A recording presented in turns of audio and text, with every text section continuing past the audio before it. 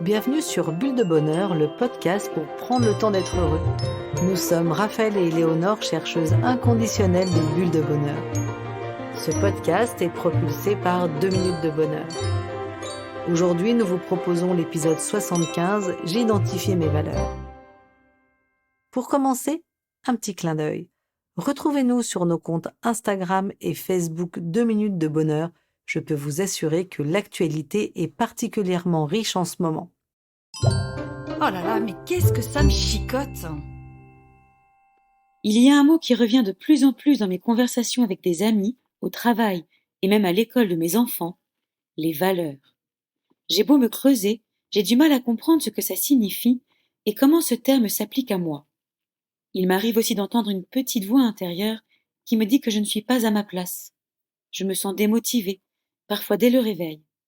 Je sens que mon envie de réaliser ma journée n'est pas là. Je me demande alors si tout ça a bien du sens. Où sont partis mes rêves et mes idéaux de jeunesse? Je me dis qu'ils se sont sûrement éteints au fur et à mesure des années, et là, ça me chicote. Est-ce bien normal que mes rêves soient envolés? Ma vie a-t-elle un sens au-delà d'abattre chaque journée après l'autre? Et si tout ça était en lien avec ces valeurs dont tout le monde me rabat les oreilles? Les valeurs. C'est une notion et un mot mais surutilisé dans de multiples domaines. De la politique au développement personnel, en passant par la publicité, on vote selon ses valeurs, on exprime nos valeurs dans notre façon d'acheter, on aspire à trouver un job qui soit en ligne avec nos valeurs, on trouve une école pour nos enfants qui correspond à nos valeurs, notre croyance religieuse a son propre système de valeurs. Et vous, est-ce que ça vous est arrivé d'entendre quelqu'un vous dire « ce n'est pas dans mes valeurs » ? Eh bien écoutez, moi ça m'arrive souvent. Et difficile dans cette confusion de comprendre le concept ou simplement d'oser demander ce que la personne met derrière ce mot. Alors, les valeurs, c'est quoi? Shalom Schwartz, chercheur en psychologie sociale israélien, a développé une théorie des valeurs dans les années 90. Il a identifié 10 valeurs fondamentales qui sont l'autonomie, la stimulation, l'hédonisme, l'accomplissement, le pouvoir, la sécurité, le conformisme, la tradition, l'universalisme, la bienveillance. Ces 10 valeurs permettraient de classifier toutes les autres et seraient présentes dans toutes les cultures. Selon lui, les valeurs correspondent à ce qui est important pour nous. Ce sont des convictions personnelles qui résonnent avec ce que nous sommes au plus profond de nous. Les valeurs orientent nos choix les plus cruciaux, nous guident et nous motivent. Ce sont des éléments stables de notre personnalité. Les valeurs constituent une sorte de boussole interne qui indique la direction à suivre et qui donne du sens. Elles peuvent toucher tous les domaines de notre vie et elles sont en lien avec nous-mêmes, avec les autres, avec la société ou avec le monde. C'est important de bien dissocier un objectif et une valeur. Le but ou l'objectif va être la manière dont je vais mettre en œuvre ma valeur. Il sera orienté vers le futur alors que les valeurs sont une direction, une boussole. Par exemple, être bienveillant avec mon entourage et avec moi-même est une de mes valeurs. M'obliger à prendre le temps d'écouter positivement mes collaborateurs, mes enfants, mon mari, même quand j'ai envie de me retrouver sous la couette pour un repos bien mérité, ça c'est le but ou l'objectif. Ou encore, si le respect de l'environnement est une de mes valeurs, alors si je supprime toute forme de plastique à la maison, c'est un objectif. Toujours d'après Shalom Schwartz, les valeurs génèrent des sentiments forts. Si vous posez des actes cohérents avec vos valeurs, vous ressentirez une joie profonde. Et à l'inverse, vous souffrirez de ne pas respecter vos valeurs. Chacun va classer ses valeurs intuitivement par ordre d'importance et c'est cet arbitrage qui va vous servir de critère pour poser des choix. Enfin, les valeurs génèrent de la motivation, c'est-à-dire qu'elles nous mettent en action. C'est notamment nos valeurs qui vont orienter nos choix, comme par exemple le temps que nous allons prendre pour nous, comme nous l'avons vu dans notre Bulle de Bonheur 70, je suis la priorité numéro 1. Nos valeurs peuvent être le fruit d'un héritage familial, elles peuvent être aussi influencées par notre histoire personnelle ou notre culture. Nos valeurs nous renvoient à notre intimité profonde. Les connaître revient à améliorer la connaissance que l'on a de soi-même et de ses aspirations profondes, et c'est pas si facile que l'on le croit. Par exemple, je comprends pas pourquoi je suis souvent agacée au bureau parce que certains plaisantent sur des habitudes de vie de certaines personnes de l'équipe. Je trouve ça complètement obtus, mais je comprends pas très bien pourquoi. En fait, c'est que si je creuse, sans doute que la valeur de tolérance est importante pour moi qui arrive d'une famille multiculturelle. Oui, connaître ces valeurs est difficile.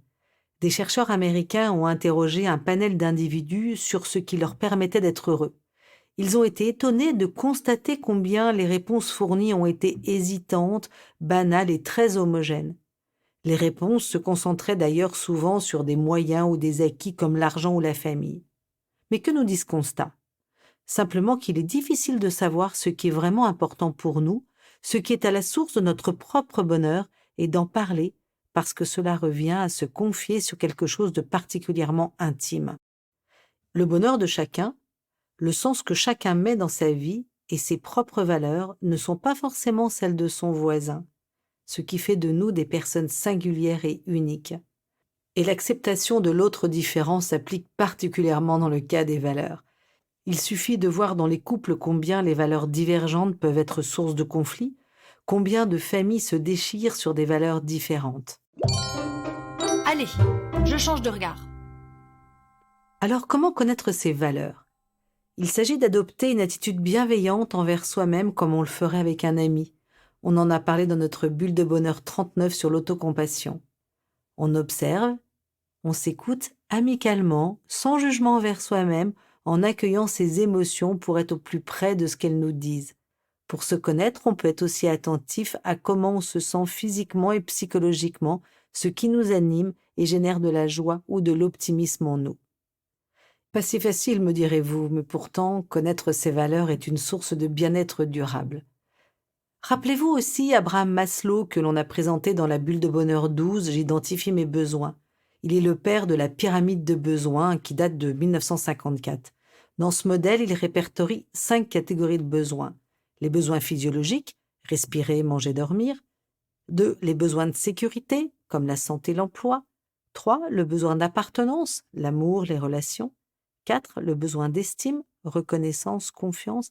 Et 5. Le besoin d'accomplissement, l'épanouissement et la réalisation. Les valeurs viennent à nourrir le besoin d'accomplissement personnel, celui du sens. Lorsqu'on connaît ces valeurs et que l'on ajuste ses actes en fonction, on ressent un sentiment d'alignement personnel qui se matérialise souvent par une joie intense, durable et résilience. Vous pouvez ressentir cet alignement lorsque vous choisissez une activité, une formation ou un métier qui correspond à vos aspirations profondes. Et ces choix seront différents pour chacun. Par exemple, lorsque votre valeur d'exigence s'exprime au travers de votre fort engagement professionnel et de l'importance que vous donnez aux résultats scolaires de vos enfants.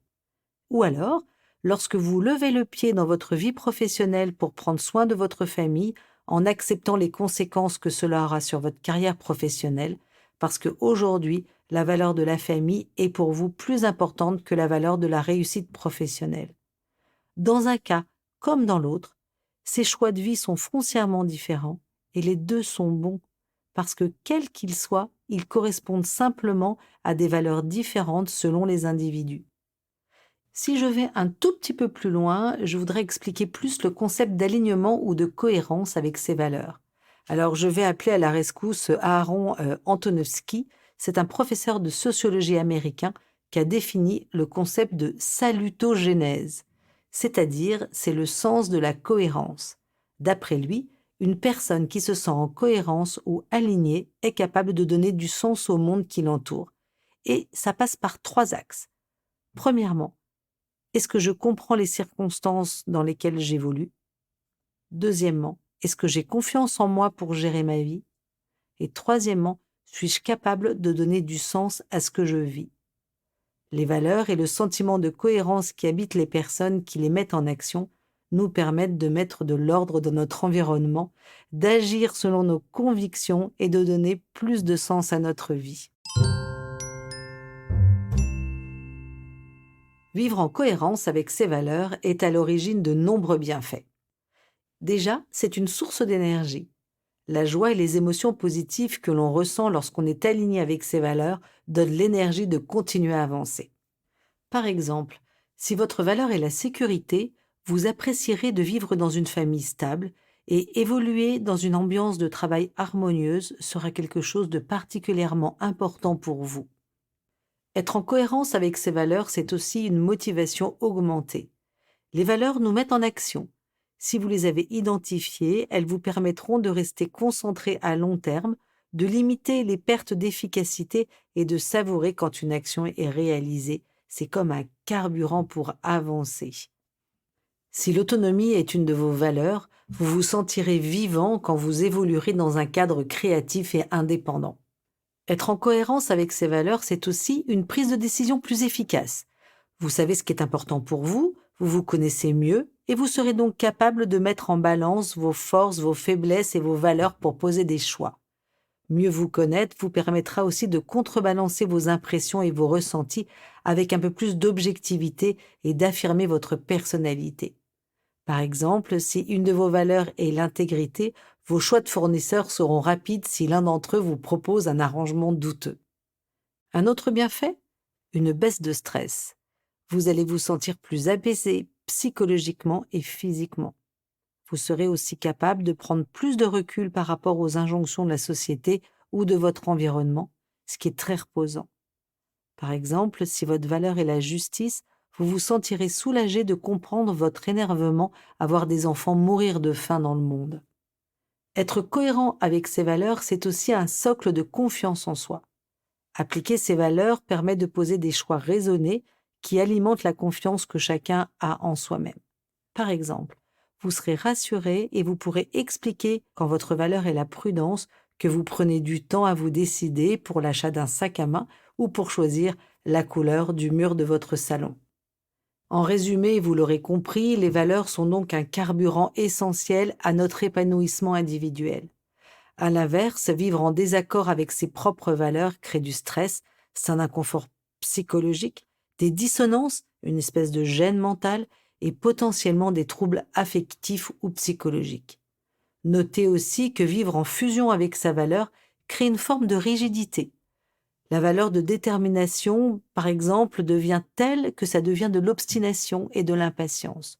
Ou alors, la valeur de reconnaissance devient si importante que vous vous mettez à interpréter de simples sourires et à demander sans cesse d'être rassuré. Mais quelles questions se poser pour trouver ces valeurs? Alors, il existe plusieurs méthodes qui peuvent vous permettre de les identifier. Premièrement, listez tout simplement ce qui est important pour vous. Essayez de penser à ce qui compte pour vous, à ce que vous êtes prêt à consacrer comme temps à une activité, ou alors à l'inverse, pensez à ce qui vous dérange profondément. Si l'injustice vous fait bondir, alors la valeur de justice ou de solidarité vous anime. Si la méchanceté vous met en colère, alors la valeur d'empathie est votre quotidien.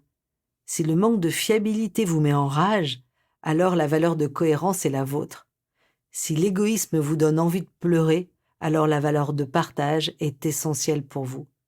Toutes ces questions et toutes ces observations vous permettent d'identifier ce à quoi vous tenez particulièrement. Cependant, évitez de trop vous focaliser sur les biens matériels. Bien sûr, il n'y a pas de mal à y accorder de l'importance. Cependant, essayez de comprendre pourquoi. Les biens matériels vous apportent de la sécurité? Ou peut-être avez-vous des projets à réaliser? Ou peut-être vous souhaitez transmettre un patrimoine à vos enfants plus tard. Autant de raisons qui mènent à des valeurs différentes. Deuxième piste, écoutez vos sensations. Qu'est-ce qui vous fait ressentir physiquement une grande joie, un profond apaisement et qui vous donne de l'énergie? Comme par exemple la joie de rencontrer du monde, c'est que la valeur de sociabilité est importante pour vous. Vous sentir ressourcé après quelques heures seul, sans doute est-ce la valeur de paix qui vous anime. Ou vous sentir dynamisé par une collaboration qui aboutit, là, c'est la valeur de partage. Troisième idée pour identifier vos valeurs. Faites appel à vos souvenirs heureux ou agaçants. Rappelez-vous les événements qui vous ont rendu particulièrement heureux, comme la réunion de famille annuelle organisée par votre sœur, toutes générations confondues. Là, ça va être la valeur de la transmission et de la famille. C'est aussi relever le défi de courir un marathon, qui montre une valeur de persévérance. C'est aussi partir avec un sac à dos découvrir une région, c'est la valeur d'audace. Ou alors le souvenir de la satisfaction d'avoir créé un objet. En peignant, sculptant, cousant, tricotant, faites appel à vos valeurs de créativité. Pensez aussi aux sujets qui vous agacent. Les plastiques dans l'océan, ça vient gratter chez vous la valeur d'écologie ou de respect. Ou alors votre fils qui ne fait pas ses leçons au moment prévu et qui vous dit que ce n'est pas de sa faute, peut-être que votre agacement vient de votre valeur de responsabilité. En tous les cas, toutes vos réactions sont une source importante d'informations et vous pouvez les relire avec le recul pour y déceler vos valeurs. 4e idée pour trouver vos valeurs. Pensez à des personnes que vous admirez et demandez-vous pourquoi. Comme par exemple, j'admire mon voisin qui chaque semaine va s'occuper de SDF. Peut-être que la valeur de solidarité ou d'humanité est importante pour vous. Ou alors, vous êtes fasciné par toutes les recherches qui sont faites en psychologie positive ou par toutes les conquêtes spatiales. Peut-être que c'est la valeur de progrès qui vous tient à cœur. Enfin, si vous aimez le discours direct de votre conjoint, peut-être vous êtes animé par la valeur de transparence. Et hop, je me lance. Si je résume, 1. Nos valeurs sont comme une boussole. 2. Nos valeurs sont un moyen de nous connecter à nous-mêmes et de recentrer nos actions. 3. Nos valeurs nous permettent de mettre du sens dans notre existence. 4. Ajuster nos actes à nos valeurs est une source de bien-être durable. À vous de jouer, chers auditeurs. Prenez 2 minutes pour faire vivre une de vos valeurs par une petite action toute simple et savourez votre joie profonde. Notre petite mousse de la semaine nous vient de Jean-Paul Sartre et résume bien notre podcast. Les valeurs sont le sens que l'on choisit de donner à sa vie. Merci pour votre écoute. Si vous avez aimé, dites-le nous avec 5 étoiles. Laissez vos commentaires et envoyez des bulles de bonheur à vos amis en partageant ce podcast. Inscrivez-vous à notre newsletter en allant sur notre site 2minutesdebonheur.com, 2 en chiffres, pour être notifié de nos prochains épisodes. Également, profitez de toutes nos astuces sur nos réseaux sociaux, Instagram et Facebook, 2 minutes de bonheur. Enfin, Bulle de bonheur est propulsée par les jeux 2 minutes, 52 cartes pour prendre le temps d'être heureux.